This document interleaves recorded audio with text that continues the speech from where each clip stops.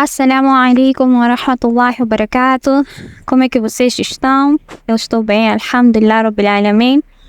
Antes de mais nada, gostaria de pedir desculpas pelos sons que vocês vão ouvir no fundo, porque por motivos de força maior, eu tive que mudar o lugar onde eu gravava os episódios e até que eu ache o melhor, inshallah, amin, vamos sofrer disso. Vou fazer um esforço do que estiver dentro das minhas capacidades para tirar os sons, né? Mas se vocês por acaso ouvirem uma buzina, ouvirem uma moto passando, ouvirem alguém conversando, algumas colheres não sei, se fazendo barulho, peço desculpas desde já, tá bom? Segurem na minha mão e vamos assim mesmo. Eu sou Shamsa, eu falo, converso, partilho sobre coisas cotidianas que me fazem lembrar de Allah subhanahu wa ta'ala e eu vivo sobre o lema de ver Allah subhanahu wa ta'ala em tudo. Hoje vamos falar sobre imperfeição, procrastinação, perdão e firmeza. O episódio de hoje é para pessoas que são perfeccionistas, para pessoas que, quando querem fazer algo, elas necessitam que aquilo seja muitíssimo bem feito, mas também porque elas se cobram o suficiente, muitas vezes elas não sabem quando parar ou também porque se cobram muito, não sabem e não querem ou até mesmo têm medo sequer de começar. O episódio de hoje é para pessoas que têm essa tendência de deixar as coisas para o último minuto porque tem medo de começar essas coisas para começar. Por exemplo, você tem um exame, você sabe que o exame vai ser daqui a uma semana e porque você quer que o exame seja bem feito, você quer estudar, mas porque você tem que estudar, você tem que arrumar sua mesa, mas porque você tem que arrumar sua mesa, primeiro tem que ir cozinhar, você tem que ir para o mercado, mas primeiro porque tem que ir para o mercado, você tem que se arrumar e porque tudo acaba se tornando sobrecarregado, você simplesmente não começa. E você não começa, primeiro talvez porque você tem medo do fracasso, segundo talvez porque você se julga incapaz, terceiro talvez porque simplesmente você não tem nenhuma explicação. Você tem uma ação, você tem uma meta, você tem alguma coisa ali para fazer, mas por diversos motivos, sendo eles talvez a procrastinação ou o extremo perfeccionismo, você simplesmente não começa. A questão do perdão vai estar muito ligada à capacidade de nós perdoarmos aos outros, mas também, acima de tudo, perdoarmos a nós mesmos. E a firmeza vai ser explicada lá no fim. Basicamente, a procrastinação é você muitas vezes não se permitindo tentar algo porque você tem medo e esse medo de falhar naquilo é maior do que sua coragem de ir com medo mesmo. A procrastinação é você tentando buscar uma perfeição impossível de atingir em algo que você quer, sabe? E podemos trazer muitos exemplos religiosos sobre isso. Você, por exemplo, é uma pessoa que quer começar a fazer salah. Você quer começar a fazer suas orações tal como deve ser. E todos os dias você diz, inshallah, vou começar amanhã. Mas porque você quer começar a fazer salah, você acha que não, você tem que começar a colocar seu hijab de forma certa. Mas porque você quer começar a colocar seu hijab de forma certa, você diz, não, eu não posso usar hijab e ser assim, fazer aquilo. Então, primeiro tenho que mudar minhas qualidades de dentro, depois usar o hijab e depois começar a fazer salah. Até antes de fazer salah, tenho que aprender todas as coisas obrigatórias, facultativas, recomendáveis de fazer salah para eu começar a fazer salah. Porque você traça todo esse caminho muito longo, você acaba simplesmente não começando. O perfeccionismo e a procrastinação são coisas que andam muito de mãos dadas, fazem com que você viva uma vida de 8 ou 80. Você acaba nulificando todas as suas tentativas e isso faz você acreditar que você só terá valor se você for impecável, se tudo sair de forma maravilhosa. E porque você quer que tudo saia maravilhoso, você traz todos esses elementos dentro do processo de chegar até sua meta, de tal forma que você nem sequer começa. E para falar sobre isso, eu trago uma passagem muito bonita.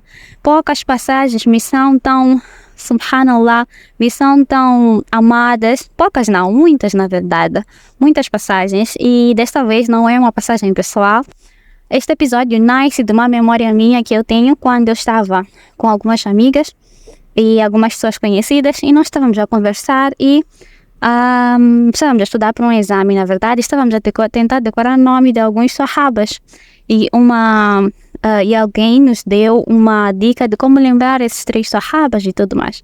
Então estava a fazer alguma coisa aleatória, lembrei disso, achei muito engraçado e ele traz elementos ligados ao que nós vamos conversar hoje. É muito maravilhosa, eu gosto muito dela, gosto muito de quem a narra, gosto muito do narrador, gosto muito das pessoas que estão dentro da história, gosto muito de como ela se desenvolve e eu gosto muito mais dela porque ela não é ficcionária, não é fictícia.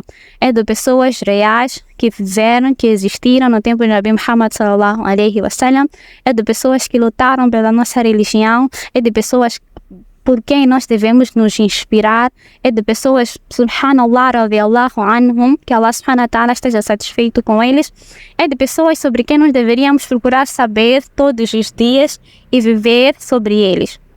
Meu professor de história do 8º ano, da 8ª classe, quando ele chegava, eu gostava muito dele na sala. Quando ele chegava todo energético, assim, ele era muito jovem, devia ter uns, não sei, não chegava nos 30, acredito. E nós éramos crianças, né, éramos adolescentes. Então ele chegava assim na sala, ele chegava, boa tarde, turma. Então a turma já sabia o que ia acontecer. Mas no primeiro dia não era assim, então ele chegou todo entusiasmado e ficou tipo, boa tarde, turma. Então a turma ficou tipo, quem é esse senhor? Então ele foi, apagou o quadro, assim, muito feliz e tudo mais, escreveu todo um esquema, um diagrama do tempo e tudo mais. Então era aula introdutória e tudo mais. E não me lembro se foi no 8º ou no 9º ano, mas o ano em si nós íamos falar sobre a Primeira Guerra Mundial. Então ele escreveu toda uma linha, todo um diagrama com tempos, acontecimentos e tudo mais. Então depois, no dia seguinte, ou quando chegou o tema em si da Primeira Guerra Mundial, ele chegou na turma e ele disse: faz muitos dias que nós estamos cá, temos conversado sobre muitos assuntos, mas hoje nós precisamos entrar na carruagem da história, entrar na máquina do tempo e voltar para alguns anos atrás. E é isso que nós vamos fazer hoje. Então, queridas irmãs, apertem os cintos, segurem na minha mão, vamos voltar para 1400 anos atrás para escutar uma história que envolve uma comunidade, uma história que envolve Nabi Muhammad sallallahu alaihi wasallam e seu amado companheiro, uma história muito bonita, muito comovente, uma história que fala sobre procrastinação, uma história que fala sobre perdão, uma história que fala sobre firmeza, uma história que envolve toda uma comunidade muçulmana, e uma história que é contada pelo filho acerca do seu pai. Nós vamos falar sobre uma pessoa chamada Ka'b ibn Malik radiallahu anhu. O nome dele qual é? É Ka'b. Guardem esse nome no vosso coração, porque vamos falar dele do início ao fim.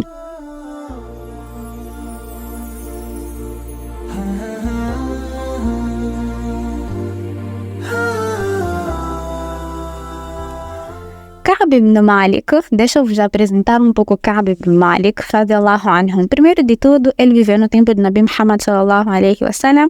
Ele era muçulmano, ou seja, ele era um sahaba, ele era um companheiro de Nabi Muhammad sallallahu alaihi wasallam e era um companheiro notado, respeitado, amado pela comunidade muçulmana em si. Ele era um dos poetas de Nabi Muhammad sallallahu alaihi wasallam. Ou seja, ele era uma pessoa dotada de eloquência. Ele presenciou todas as batalhas depois da batalha de Uhud, exceto uma, que é a batalha de Tabuk.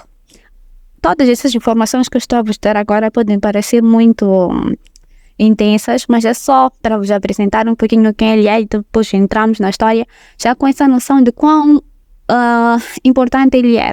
Ele era uma pessoa muito devota, sem dúvida nenhuma. E ele também fez parte de um pacto onde em Medina os muçulmanos juraram proteger e ajudar Nabi Muhammad sallallahu alaihi wasallam para o que desse viesse. Eles estavam prontos para Nabi Muhammad sallallahu alaihi wasallam. Ou seja, havia toda uma promessa dele. Mil desculpas. Então, sim, então ele tinha esse todo estatuto dentro da comunidade muçulmana. Ele era bem conhecido e tudo mais. Então, ele conta para o seu filho, e a partir de agora vou começar a falar na primeira pessoa. Então, é Kaaba a contar a história agora, entende? Então, ele diz para o filho o seguinte, ele diz ao meu filho: eu participei de todas as batalhas depois da batalha de Uhud, exceto uma que foi a batalha de Tabuk. A batalha de Tabuk, basicamente, foi uma batalha onde os muçulmanos foram chamados a se defender. E quando isso acontecia, era compulsório que todos os homens com capacidade atendessem ao chamado, era obrigatório. Então, quando a expedição barra batalha, às vezes eu digo expedição ou batalha. Então, quando a batalha foi confirmada, os muçulmanos começaram a se preparar fisicamente, a preparar comida, a preparar mantimentos, né, para levar e tudo mais. E Kaab, ele diz que eu nunca estive em condições melhores para uma situação como esta. Ele tinha todas as condições junto com ele para começar a preparar. Então os muçulmanos acordavam, começavam a se preparar, ele acordava de manhã, se juntava a eles e voltava para casa sem preparar nada. Então o dia primeiro passou, vou preparar amanhã, inshallah. O dia segundo passou, vou preparar amanhã, inshallah. O terceiro dia passou, vou preparar amanhã, inshallah. Até que um dia os muçulmanos acordaram e foram. E ele diz que... depois ele diz que quando ele percebeu que os muçulmanos foram embora, ele intencionou dentro do seu coração que ele poderia levar o seu meio de transporte e seguir os muçulmanos. E ele diz: quem me dera se eu tivesse feito isso. Então, depois disso, quando a expedição foi, é importante dizer que a expedição era muito grande. É dito pelos comentadores que foram cerca de 30 mil muçulmanos que foram junto com a batalha, para a batalha junto com o Nabi Muhammad sallallahu alaihi wasallam. Kaab diz que era tanta gente que se uma pessoa se ausentasse, ninguém perceberia, exceto se Allah fizesse uma revelação sobre o assunto. Então, a expedição foi embora, Kaab ficou para trás. Quando ele ficou para trás, ele começou a perceber o que ela havia feito. A expedição aconteceu, né? E depois disso, lá, quando eles chegaram na expedição, 30 mil pessoas estavam juntas de Nabi Muhammad sallallahu alaihi wasallam, e ainda assim, Nabi Muhammad sallallahu alaihi wasallam sentiu falta de Kaab radiyallahu anhu e perguntou por ele, subhanallah, para ver o quão Kaab era próximo de Nabi Muhammad sallallahu alaihi wasallam. E aqui é muito importante ressaltar que o relacionamento de Nabi Muhammad sallallahu alaihi wasallam e os seus sahabas era um relacionamento de amor, de irmandade, de subhanallah. Eles eram irmãos pelo prazer de Allah, sabe? Estavam lá um para o outro para o que desse e viesse. E Nabi Muhammad sallallahu alaihi wasallam perguntou por ele. Uma das pessoas disse que os prazeres do mundo e o orgulho lhe impediram de vir, mas uma outra pessoa defendeu a ele e disse ao Nabi de Allah: nós só sabemos coisas boas acerca de Kaaba. E Nabi Muhammad sallallahu alaihi wasallam manteve-se em silêncio, ou seja, de fato Kaaba não tinha vindo. Do outro lado, Kaaba, radiyallahu anhu, estava em Madina a vagar por Madina pela cidade.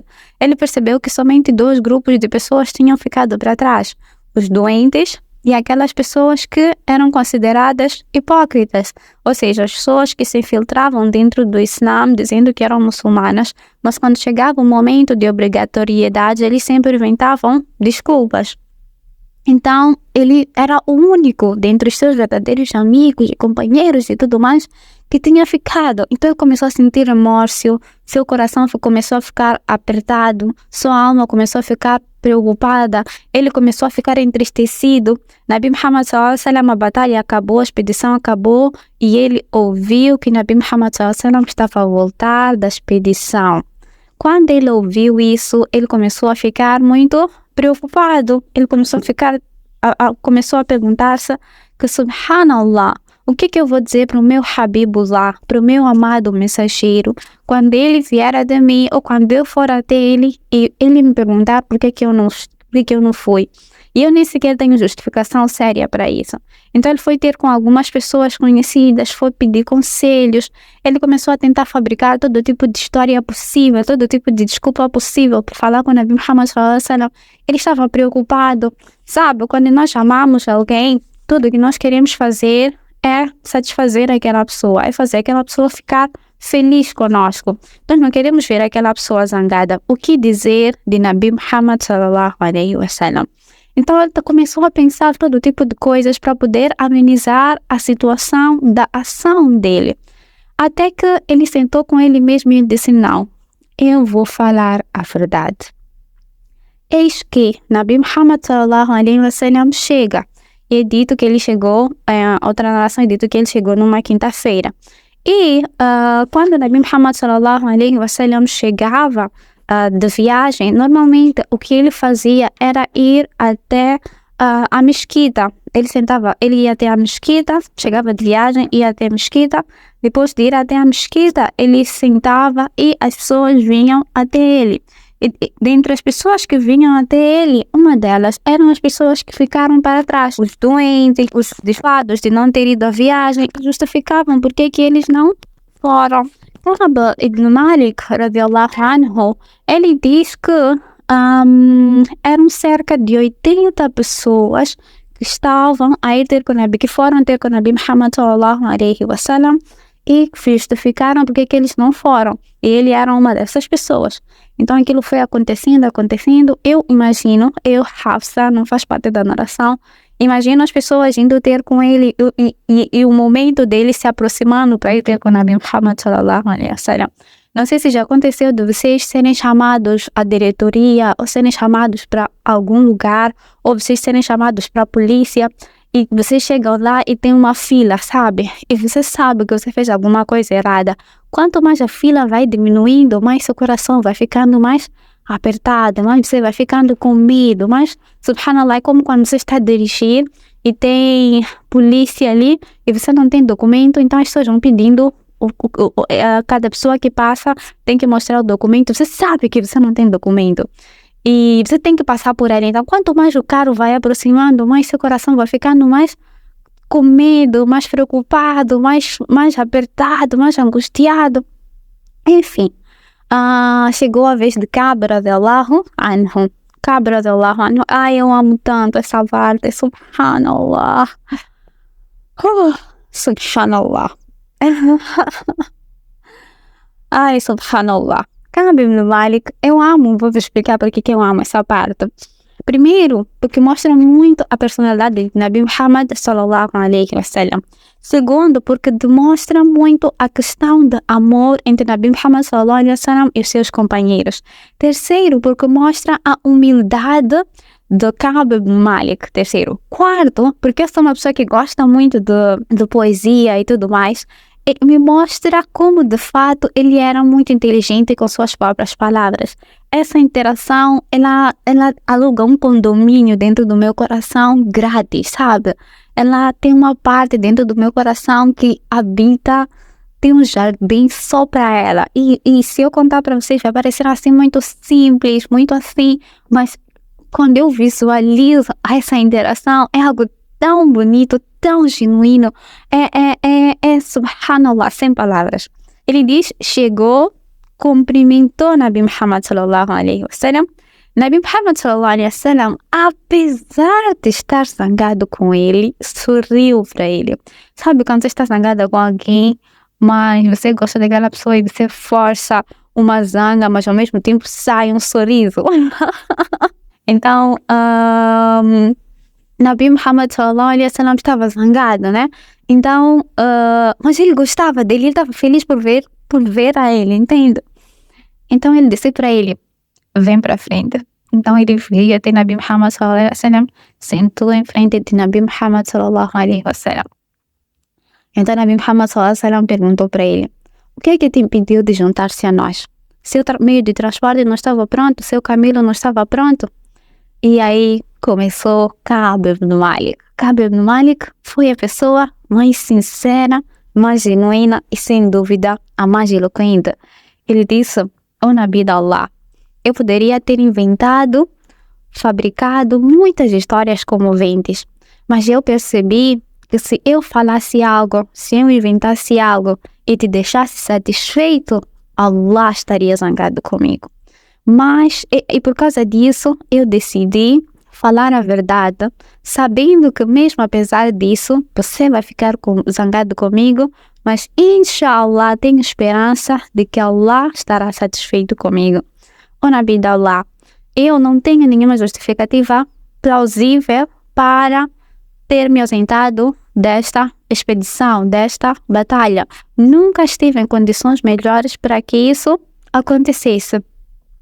E é isso. Então, o Nabi Muhammad SAW disse, este falou a verdade. Por que ele disse, este falou a verdade? Normalmente as pessoas quando iam ter com o Nabi Muhammad SAW, algumas delas, tal como eu tinha dito, eram pessoas hipócritas, eles mentiam e traziam desculpas e tudo mais. Nabi Muhammad SAW nos julgava. Nabi Muhammad SAW, ainda que parecesse o mais não sei o que, ele ouvia as desculpas, pedia perdão a eles, eles pediam, Allah, Nabi de Allah, peça que Allah me perdoe por eu não ter ido e tudo mais. Nabi Muhammad SAW fazia exatamente como fazia e deixava a verdade com Allah subhanahu wa ta'ala. Mas quando Ka'b veio e falou da forma mais sincera e mais genuína, Nabi Muhammad SAW disse, este, a preferir-se Ka'b, falou a verdade. Então ele disse para Ka'b, podes ir e vamos esperar Allah decidir. Subhanallah, imagina, eu não sei se ele apanhou sono essa noite. Eu não apanharia, subhanallah. Então, quando ele estava a ir embora, alguns homens da tribo da Abu Salimah, porque a distribuição geográfica e familiar desse tempo era também feita através de tribos. Então, alguns homens da tribo de Salimah foram ter com ele, né? Quando ele estava a ir embora, disseram, Ka'b, o que você fez? O que você acaba de fazer? Você dificultou sua vida, tá vendo? Você poderia ter inventado uma desculpa. Nabi, o profeta de Allah, pedia perdão para si e estava tudo feito. Por que você fez isso? Então, Ka'b diz que, eles continuaram a me condenar por eu ter falado a verdade, por eu ter sido sincero, que minha vontade era de, em algum momento, simplesmente dar meia volta, ir até Nabi Muhammad SAW, sabe, Nabi, eu retiro tudo o que eu disse, na verdade, e começaram a inventar alguma desculpa. Mas ele manteve-se firme, na verdade, manteve-se firme na sinceridade, e só perguntou, depois, ele perguntou se existiam outras pessoas na mesma condição que ele, e eles disseram, sim, existem duas pessoas que estão na exata condição que você, que Nabi Muhammad SAW, que eles se ausentaram sem motivo plausível, e Nabi Muhammad SAW mandou eles irem para casa até que Allah decidisse. E quem são essas pessoas? Essas pessoas são Murara ibn Rabi'a e Hilal ibn Umayyah. Vamos usar os primeiros nomes deles por questões de simplificação. Então era Murara e Hilal. Então eram três pessoas que estavam à espera da decisão de Allah sobre o fato deles não terem atendido um chamado obrigatório. Tínhamos o Ka'b, temos Murara e temos Hilal. Quando ele ouviu isso, ele continuou a vida dele e foi. A ordem que desceu da parte de Nabi Muhammad sallallahu alaihi wasallam era de que ninguém falasse com eles. Olha, a comunidade muçulmana, ela amava-se entre si. Era uma comunidade normal, muçulmana entre si, mas eles gostavam-se uns aos outros, eles cumprimentavam-se, eles eram irmãos pelo prazer de Allah. Então foi ordenado que toda a comunidade muçulmana não lhes dirigisse um A. Se eles dessem salam, ninguém respondia. Consegue imaginar viver numa cidade onde ninguém te dirige nenhuma palavra? Então foi isso que aconteceu, ou seja, eles foram isolados. E ele diz que isso aconteceu, isso durou no total 50 dias. Dentro desses 50 dias, Ka'b ibn Malik diz que a Murara e Hilal, eles ficaram reclusos dentro de sua casa, eles ficaram muito mal e eles não saíam de casa e eles se deixaram reclusos lá. Mas Ka'b, ele era ainda muito jovem, então ele saía, ele ia para a mesquita, ele ia para o mercado, subhanallah.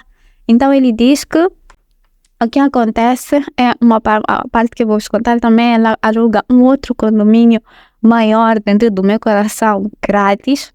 Ah, e ele diz que quando ele ia fazer salat na mesquita, ele chegava na mesquita, cumprimentava Nabi Muhammad sallallahu alaihi wasallam e ele espiava assim, sabe como você espia do canto do olho assim, ou ele olhava assim à distância para ver se sequer os lábios de Nabi Muhammad sallallahu alaihi wasallam se moviam para responder a ele.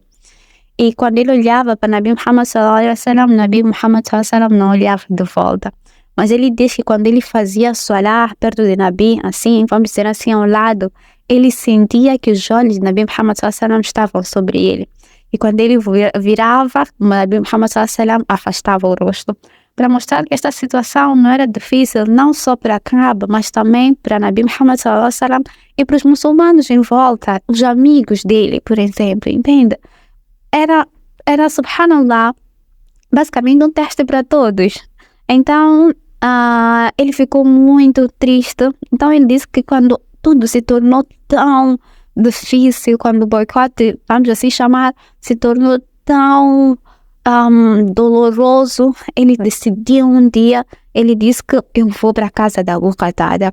E quem é Abu Qatada? Abu Qatada, ele diz na narração, é a pessoa mais amada por mim. Era o primo dele e era a pessoa mais amada, era o melhor amigo dele. Imagine agora na sua mente agora a pessoa mais favorita para si.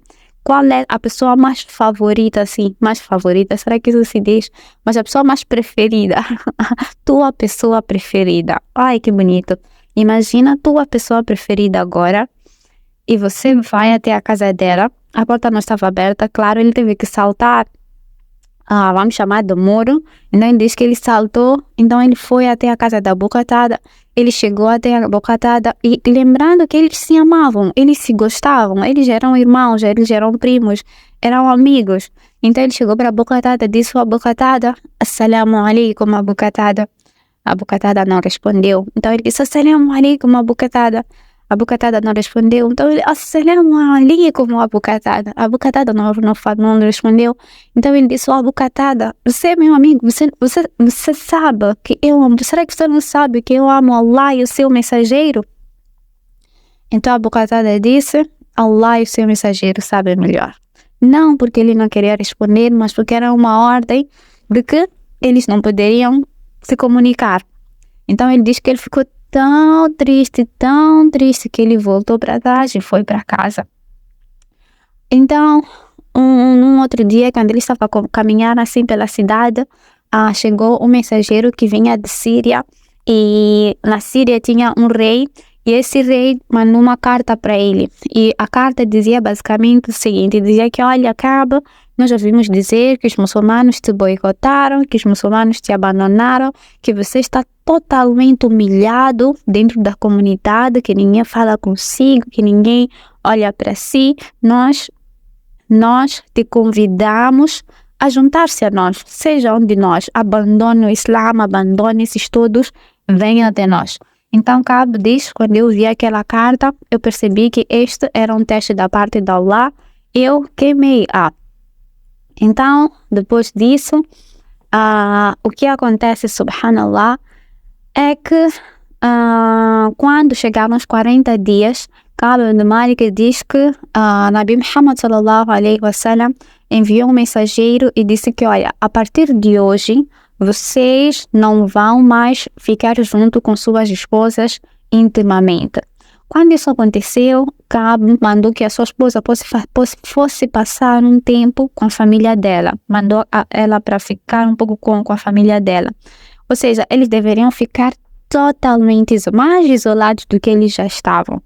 E a esposa de Hilal ibn Umayya, que é um daqueles dois, foi ter com o Nabi Muhammad sallallahu alaihi wasallam e interviu pelo seu marido. Disse ao Nabi de Allah, meu marido é de idade, se eu lhe deixar, não tem ninguém para cuidar dele. E ele nem sequer tem inclinação mais para ter intimidade comigo e tudo mais, intimidade física nesse caso. Peço permissão para pelo menos ficar com ele, a cuidar dele. Nabi Sallallahu Alaihi Wasallam aceitou. Então, alguns familiares de Kaaba começaram a incitar a ele, né? A aconselhar a ele, olha, diz lá a tua esposa também pedir Nabi Muhammad Sallallahu Alaihi Wasallam. Nabi aceitou para Hilal. Então, Kaaba ibn Malik disse, não, eu sou jovem e também não me encontro na mesma condição que ele. Então, ele ficou os últimos 50 dias, os últimos 10 dias dos 50 dias, totalmente sozinho. Então, o que aconteceu, subhanallah? No 50º dia, no dia 50, ele diz que fiquem bem atentas. Isso é muito bonito, isso é muito interessante. É a melhor parte da história, pelo menos para mim. Então, ele diz que ele estava fazendo salat no teto e ele diz, eu estava na condição que Allah descreveu nos versículos. E o que Allah disse nos versículos? Allah diz que eles estavam em condição de tal forma que, apesar da terra ser ampla, tinha se tornado estreita. E suas almas também tinham se encolhido. Ou seja, eles estavam angustiados, estavam tristes, estavam isolados. O mundo tinha se tornado pequeno, apesar da sua amplitude. Então, eles estavam mal, muito mal. Então, ele diz que ele estava fazendo salat, ele estava no teto, depois de fazer salat al-Fajr, ele estava ali, até que ele começou a ouvir vozes a chamar por ele, a ouvir homens a virem até ele. Então, ele diz que um homem subiu até a montanha, uma das montanhas, e começou a dizer, oh, Ka'b ibn Malik, boas novas, Ka'b ibn Malik. E o outro homem veio assim, a cavalgar para lhes dar as boas novas. Ele estava no teto, então ele via o cenário. Então, isso mostra também que as pessoas, a comunidade em si, amava Ka'b ibn Malik, também estava à espera, estava a torcer por ele. Então estavam todos felizes que Allah subhanahu wa ta'ala já tinha decidido o que ia acontecer, ou melhor, que Allah subhanahu wa ta'ala tinha perdoado a eles. Então quando ele diz que a voz do homem da montanha foi a primeira que chegou até ele. E ele diz que quando ele ouviu a dizerem Ka'b ibn Malik, boas novas para si, ele caiu no sujud, porque ele sabia que o perdão de Allah tinha chegado. Subhanallah. Então ele fez sujud, então ele levantou, então a voz que ele ouviu do homem que estava a dizer a ele, veio até ele, e ele disse que ele de tanta felicidade, ele não sabe quando alguém te dá algo ou faz algo, você diz para si mesmo que eu nem sei o que eu posso te dar, eu nem sei, sabe, já aconteceu consigo, alguém te faz algo tão bom, e você diz, eu não sei como que eu posso te agradecer. Então, ele diz que ele ficou tão feliz com aquela pessoa, tão feliz, que ele tirou parte de sua própria roupa e entregou para ele, colocou nele, disse Jazakallahu khair, agradeceu nesse caso, e ele disse que naquele dia não tinha outra roupa. Ele teve que pedir emprestado outra pessoa uma roupa para que ele pudesse vestir. E o que é que você faz numa situação dessas? Você ficou 50 dias em isolamento, foi testado, foi isolado, seus amados não falavam consigo, foi testado para sair dentro da sua religião. Nabi Muhammad sallallahu alaihi wasallam não olhava diretamente para o seu rosto. Você não sabia se Allah subhanahu wa ta'ala ia te perdoar ou não. Quando chegam as boas novas, você faz sajda, você agradece as pessoas. O que você faz agora? Para onde é que você vai agora? Exatamente, você vai ter com Habibullah, você vai ter com Nabi Muhammad sallallahu alaihi wasallam, subhanallah. Não consigo imaginar a felicidade dele. Então ele diz que quando ele estava a caminhar em direção a Nabi Muhammad sallallahu alaihi wasallam, a comunidade em si lhe parabenizava, a comunidade em si lhe abraçava, dizia parabéns, que bom, que bom que Allah subhanahu wa ta'ala mandou boas novas para si. Como é que eles sabiam? Porque eles atendiam o Salat al-Fajr, né? Na mesquita. Então, a Nabi Muhammad sallallahu alaihi wasallam tinha anunciado que Allah tinha perdoado Ka'b e os outros 3 companheiros. Então, todo mundo ficou a saber, a notícia se espalhou. Então, ele foi ali até com a Nabi Muhammad. Eu não consigo imaginar, subhanallah, que Allah subhanahu wa ta'ala nos faça ter com o Nabi Muhammad sallallahu alaihi wasallam também, amém, amém, amém. Então ele foi ter com o Nabi Muhammad sallallahu alaihi wasallam e enquanto ele ia ter, as pessoas lhe parabenizavam, lhe abraçavam, lhe acolhiam e tudo mais.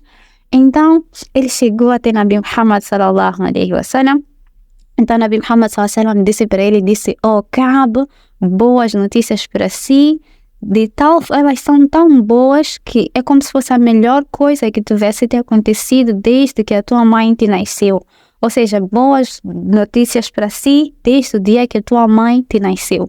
Depois ele perguntou, Nabi de Allah, essas palavras são da tua parte ou são da parte de Allah?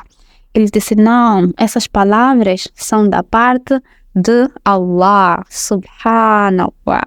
Então ele disse, Nabi de Allah, como forma de demonstração do meu arrependimento, eu juro dar parte da minha riqueza. Lembra que eu disse que ele estava em muitíssimas boas condições? Parte da minha riqueza. Não, eu juro dar minha riqueza no caminho de Allah. Então Nabi sallallahu alaihi wasallam disse, sim, pode dar sua riqueza no caminho de Allah, mas retenha uma parte para si. Depois eu disse na vida de Allah, também parte do meu arrependimento é que eu vou falar a verdade, não falarei nada senão a verdade a partir de hoje.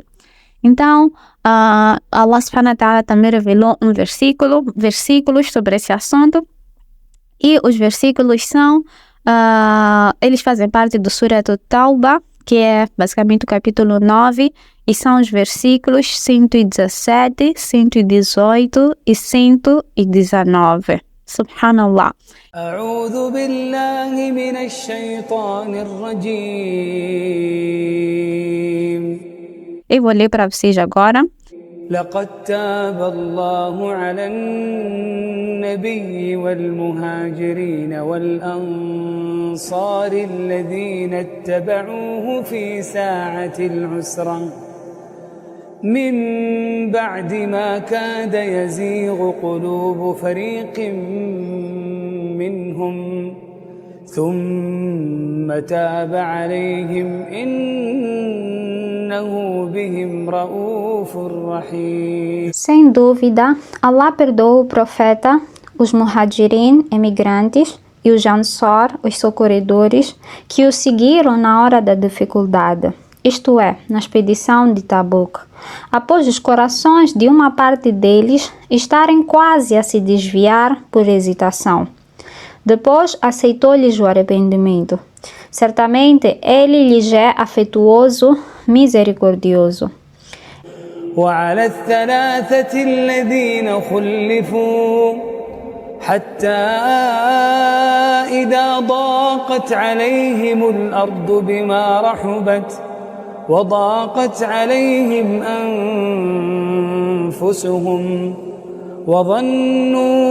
وظنوا أن لا ملجأ من الله إلا إليه ثم تاب عليهم ليتوبوا إن الله هو التواب الرحيم. E perdoou os três, aqueles cujos casos tinham sido deferidos, tal que a terra, vasta que é, pareceu-lhes estreita.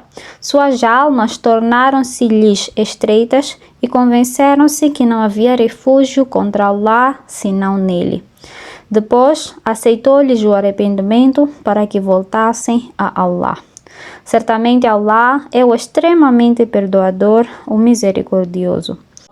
يا أيها الذين آمنوا اتقوا الله وكونوا مع الصادقين. Ó crentes, temei a Allah e permanecei com os verazes. اللهم إني أعوذ بجلال وجهك الكريم من كل شيطان رجيم أنت العفو فاعف عني أنت الغفور E الرحيم. essa é a história de Kaaba, Ibn Malik e os seus dois companheiros. وجهك الكريم من كل شيطان رجيم أنت العفو فاعف عني أنت الغفور الرحيم. صلى الله وسلم وبارك وأنعم على نبينا الكريم الأكرم. Dessa história, eu sinto que nós podemos sentar aqui durante 20 dias e conversar sobre as lições sobre elas. Mas nós estávamos a conversar sobre procrastinação e sobre pensar em fazer as coisas e não fazê-las por motivos não racionalmente explicáveis. E essa história nos ensina várias coisas. E todas as lições que eu vou tirar delas, a primeira de tudo é sobre como nós devemos nos apressar em fazer ações boas pelo prazer de Allah. Nós falamos sobre isso no episódio passado, ihris ala ma yanfa'uka, ou seja, devemos nos esforçar em tudo aquilo que nos beneficia. Mais do que nos esforçar, nós devemos também nos apressar em fazer boas ações. Sempre que uma boa ação for incultada dentro do nosso coração, comecemos por fazer. Quando nós começamos a trazer meios externos, justificativas externas para começar algo, muitas vezes acabamos sequer por não fazer aquilo. Isso acontece muito com pessoas perfeccionistas, com pessoas procrastinadoras e, tal como eu dei aquele exemplo, muitas pessoas pensam, por exemplo, que para fazer o salah, primeiro você tem que ser a pessoa mais santa do mundo. É o salah que te aperfeiçoa, é o salah que purifica quem você é. A noção de que primeiro você precisa se purificar, digo isso espiritualmente, que você precisa se purificar primeiro para começar a fazer uma boa ação, é uma noção não certa. Você começa a ação, pede ajuda a Allah subhanahu wa ta'ala e aos poucos, inshallah, você vai incrementando. Começa aquela ação e é com baraka, com a bênção daquela ação, que você, inshallah, vai começar a deixar os outros elementos para trás. É aquela ação que você procrastina fazer que vai trazer dentro de si o efeito, a pureza e a aceitação da Allah subhanahu wa ta'ala, de tal forma que as coisas erradas vão sair de si. Faz sentido? Não sei se faz sentido. Outra coisa também muito importante é que a procrastinação, muitas das vezes, ela vem da parte do shaitan. É shaitan a brincar consigo, te atrasando, te distanciando, te distraindo do que realmente importa. E muitas vezes, quando nós procrastinamos, depois passa um tempo, começamos a nos sentir culpados. Vemos que estamos muito distantes de Allah, estamos 20 meses sem fazer salah, estamos 20 meses sem ir à mesquita, estamos, não sei, tiramos o hijab, porque nós achamos que tínhamos que nos perfeccionar, enfim, entende? E estou a trazer esses dois elementos agora, mas pode ser qualquer outra ação dentro da sua realidade. E quando nós começamos a pensar assim, o que vem muitas vezes é a questão da culpa, tal como aconteceu com o Ka'b ibn Malik, vem a culpa do por que eu fiz isso, por que eu não fiz aquilo. Isso vai se acumulando. E aí onde entra a questão do perdão. Muito se fala sobre perdoar os outros, e pedir perdão a Allah subhanahu wa ta'ala, mas uma das armadilhas que Shaitan coloca dentro de nós é a falta de habilidade de nós perdoarmos a nós mesmos. Muitas vezes nós achamos que somos pecadores demais, somos sujos demais, somos impuros demais para ir até Allah subhanahu wa ta'ala e pedir perdão a Allah subhanahu wa ta'ala. Não, seja sincero, sente e converse com Allah subhanahu wa ta'ala, peça perdão a Allah subhanahu wa ta'ala e recomeça do zero. A imperfeição é uma característica do ser humano, ninguém é perfeito, quem é perfeito é Allah. Cabe a nós buscar laminá-la e buscar saber geri-la toda vez que ela se fazer presente dentro da nossa vida. Você sentou, pediu perdão a Allah subhanahu wa ta'ala por um pecado, certo? Você chegou, por exemplo, vamos dizer que você, quando fizer de novo, não deixe que a ideia ou a mentalidade de que não, eu sou pecadora demais para pedir perdão a Allah subhanahu wa ta'ala entre na sua cabeça. Para todas as vezes, para 99 vezes que você cair, Allah subhanahu wa ta'ala está disposto a te perdoar 100. Mas para isso você também tem que ter a habilidade de perdoar a si e começar do zero. Vá até Allah e ser sincero na sua intenção e no seu arrependimento.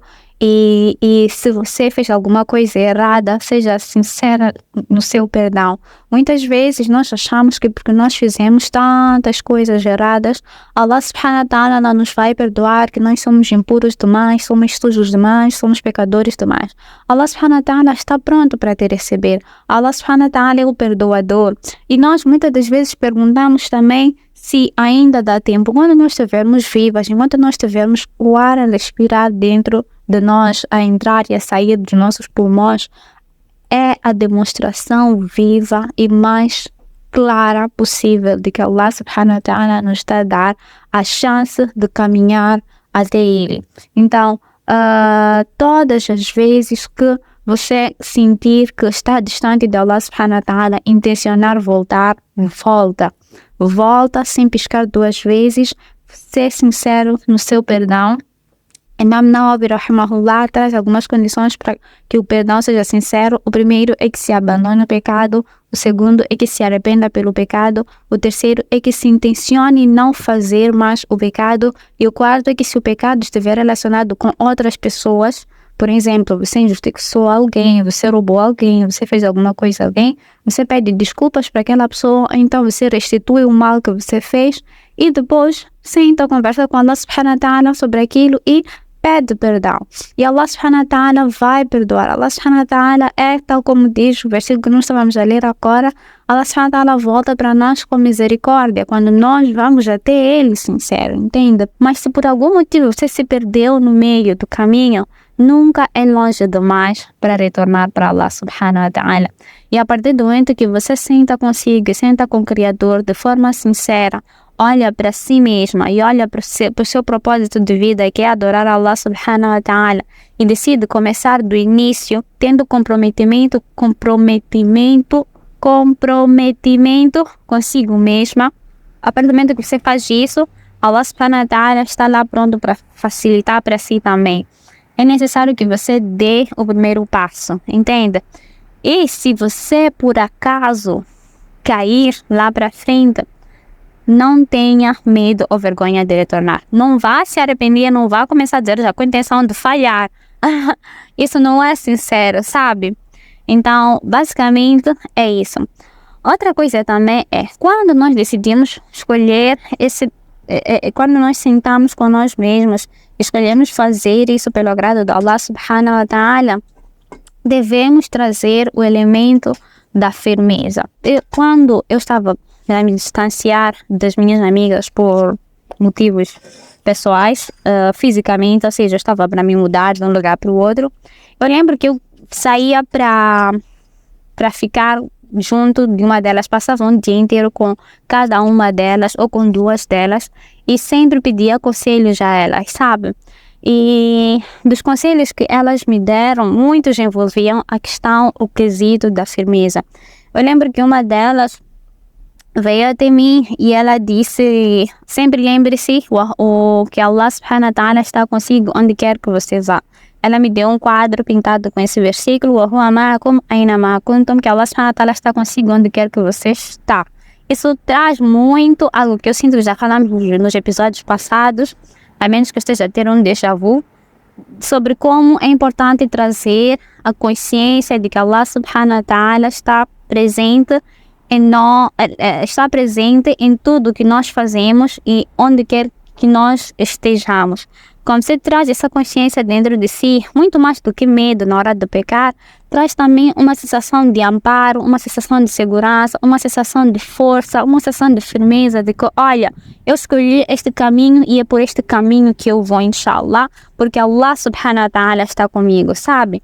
Outra coisa também que uma das minhas amigas sempre me disse foi faça do Coran seu melhor amigo e não durma sem recitar. Estamos a falar aqui do Coran, mas podemos trazer o Islã no geral. Quando nós trazemos as ações e fazemos com que elas sejam difíceis para nós, eu estava a conversar com uma amiga minha sobre isso ontem, Muitas vezes devemos voltar para nos perguntar por que nós fazemos o que nós fazemos. Quem procrastina ações boas, quem procrastina boas coisas, ações virtuosas, quem procrastina coisas que lhe beneficiam, vamos colocar aqui um exame, não sei, colocar as contas em dia e tudo mais, muitas das vezes o faz porque ainda não tem consciência do benefício que aquilo vai trazer dentro de si, que vai trazer dentro da sua vida. Quando você, o procrastinador, normalmente, ele é procrastinador até que a meta se torne evidente para ele. Se é exame, você estuda no último dia do exame. Se é pagar a conta de luz, você vai pagar um dia antes da conta ser cortada, mesmo tendo o valor todo, sabe? Então, muitas das vezes, isso acontece também no campo religioso. Você faz o salat no último minuto. Você faz as ações na última hora. Isso muitas vezes acontece porque você esqueceu o que você está fazendo aquilo. As ações se tornaram automatizadas para si. Então, quando você volta para o Coran, quando você volta para estudar o valor da sua religião, o valor do caminho que você está a seguir, o valor da Sunnah de Nabi Muhammad sallallahu alaihi wasallam, isso traz dentro de si a noção da importância do que você está a fazer e traz também dentro de si o quesito de amor e necessidade de melhorar, sabe? Um outro conselho que uma amiga minha me deu, e é mesmo para fechar, ela disse-me, é uma outra terceira pessoa, vou contar como é que isso aconteceu. Eu estava para viajar, acho que eram 2 dias antes da minha viagem, então ela veio para minha casa e nós passamos a tarde juntas e tudo mais. Então, acho que foi nesse dia que eu tive a confirmação que de fato eu ia viajar ou alguma coisa assim. Então ela, estávamos assim no quintal, eu estou literalmente no quintal agora também, mas estamos assim no quintal e eu lembro dela dizer, mas sabe, nem deu tempo de comprar nada para si e tudo mais.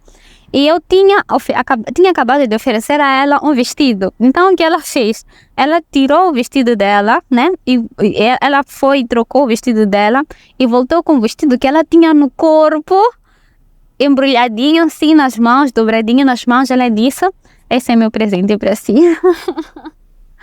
Ai, subhanallah. Parece uma coisa muito pequena, né? Mas naquele momento significou tanto para mim. E sempre que eu uso o vestido, eu se lembro muito dela. E depois ela disse para mim, olha, eu não tenho nada glamouroso para te dar, para esse tempo todo você vai ficar longe de nós, mas eu vou te dar um hadith que Nabi Muhammad sallallahu alaihi wasallam disse, Qul amantu billahi thumma istaqim. Diga, eu creio em Allah, depois seja firme. Diga, eu creio em Allah, depois seja firme no que você diz, seja real ao que você diz, seja sincero no que você diz.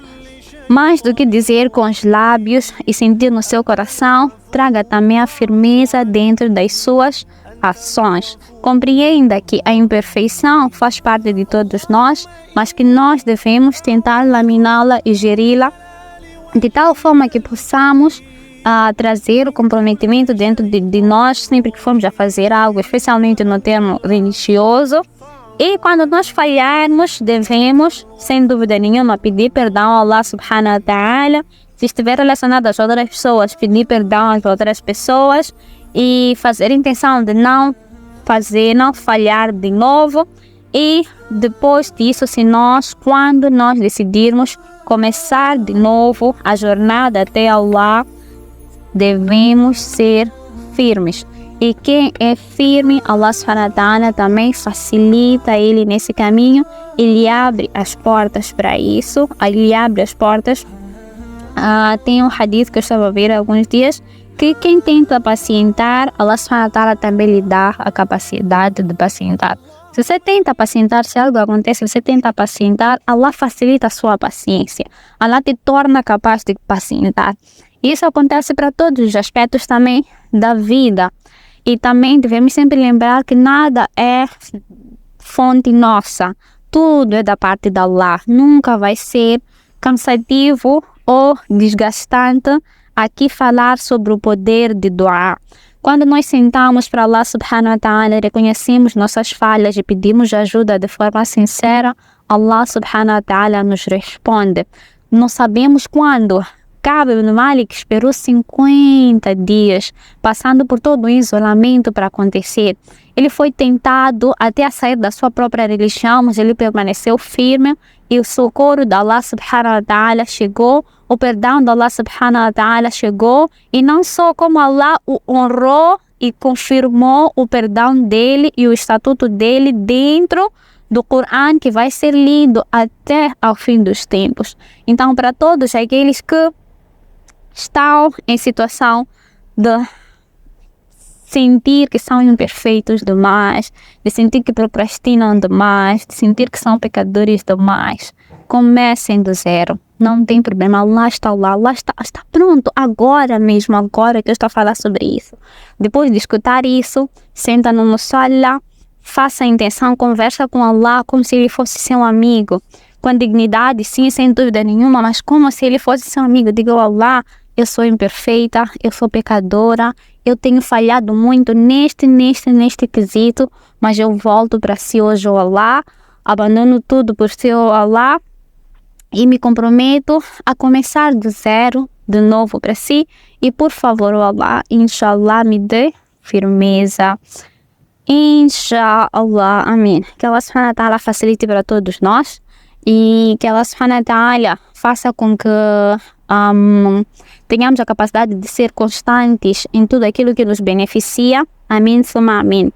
Era suposto que isso fosse introdução, o que eu vou dizer a seguir, mas vou dizer mesmo assim. Estava a escutar há alguns dias algo e ressonou muito com o que eu estava sentindo naqueles momentos. Tem sido semanas intensas para mim, tem sido uma semana intensa para mim.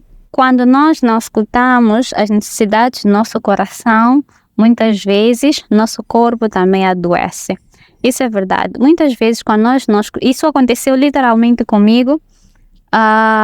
Quando nós não escutamos o que nós queremos dentro do nosso coração, quando nós não nos escutamos, nós também, pode até não ser fisicamente, nós também adoecemos. Então é sempre necessário voltar para nosso coração, voltar para nós mesmos, voltarmos para a nossa essência, sentar com nós mesmos, entender por que é que fazemos, o que é que fazemos, por que é que eu digo que eu sou muçulmana, por exemplo. Eu acredito em Allah subhanahu wa ta'ala, sim, acredito no seu mensageiro, sim, e a partir disso, traçar elementos exteriores dentro de si para poder fazer daquilo algo que está em congruência com o que está dentro do seu coração, entende? Quando nós vivemos de forma contrária ao que está dentro do nosso coração, muitas das vezes nós não nos encontramos felizes. É por isso que quando você é uma pessoa crente, por mais que você encontre felicidade momentânea no que é proibido, você nunca se encontra totalmente feliz. Você está a rir ali, por exemplo, na discoteca e tudo mais, mas parte de si sabe que sempre vai estar errado, entende? Então, volte sempre para si, volte sempre para a sua essência, volte sempre para o seu coração, e sempre para conversar com Allah subhanahu wa ta'ala. Peça perdão a Allah subhanahu wa ta'ala, procure ter comprometimento e respeito consigo mesmo. É muito importante ter respeito com nós mesmos e ter comprometimento com nós mesmos. Quando nós dissemos às pessoas, vou chegar às 15 horas, e chegamos lá às 15 horas. Da mesma forma que quando nós dissemos às pessoas que vamos chegar lá às 15 horas, chegamos lá às 15 horas. Quando nós dissemos que nós vamos fazer algo para nós mesmos, nós temos que fazer. É a única forma de nós confiarmos em nós mesmos. E no final do dia, ninguém vai nos salvar. Ninguém há de vir dizer, Hanifa, acorda para Fajr, de sacudir a força e você começar a fazer Fajr. Ninguém vai te salvar senão você mesmo. Então tem que ser uma decisão genuína sua de começar a fazer o que é certo, de começar a ir atrás daquilo que você quer e que seja benéfico. Amém, inshallah. E também é muito importante dizer que, querida irmã que me ouve, é sempre um abraço genuíno estar aqui. É maravilhoso sentar e preparar os temas. É maravilhoso trazer memórias minhas pessoais e partilhar consigo. É maravilhoso ter caras de pessoas tão lindas, maravilhosas como vocês, com esse sorriso maravilhoso que eu sei que você está a ter agora. Sim, eu sei que você está a sorrir para mim. Que Allah subhanahu wa ta'ala nos reúna juntas todas, inshallah, no Jannatul Firdaus. Um abraço especial para Tamara, do Papo Entre Irmãs. Ela mandou mensagem no Instagram. Um abraço também para Sheinaz, que comentou no episódio anterior. Um abraço para uma outra irmã que comentou no vídeo do preconceito, a dizer: irmã, estou com saudades dos episódios. Quando os episódios voltaram, eu acho que o nome dela era Yolanda. Me perdoa se eu estiver a falar mal seu nome. Um abraço para Ana, que me mandou uma mensagem de aquecer o coração no Instagram, a falar sobre como o conteúdo que a Shams Khadija em si faz ressona muito com ela. Para as minhas amigas, se elas forem escutar o episódio, e especialmente para você, querida ouvinte, que despendeu 1 hora do seu tempo, 1 hora da sua vida, me ouvindo, tendo incontáveis erros de português. Um abraço, uma boa semana, uma boa vida. É importante dizer que se isso tocou assim, se isso fez morada no seu coração, se alugou, se quer um apartamentozinho dentro do seu coração, por favor, nos ajude a crescer, envie para seu grupo de amigas, para seu grupo de inimigas, para sua família, para suas irmãs. Me diz o que você achou aí nos comentários, se você estiver pelo YouTube. Estamos no Spotify, no YouTube, no Instagram, todas as redes sociais agora se uniformizaram. Estão sob o nome de Shams Khadija, exceto o Spotify. Spotify está Irmãs no Islã. Nos vemos quando eu eventualmente voltar para cá, inshallah. سميت به نفسك أو أنزلته في كتابك أو علمته أحدا من خلقك أن تجعل القرآن ربيع قلبي ونور بصري وجلاء حزني وذهاب همي يا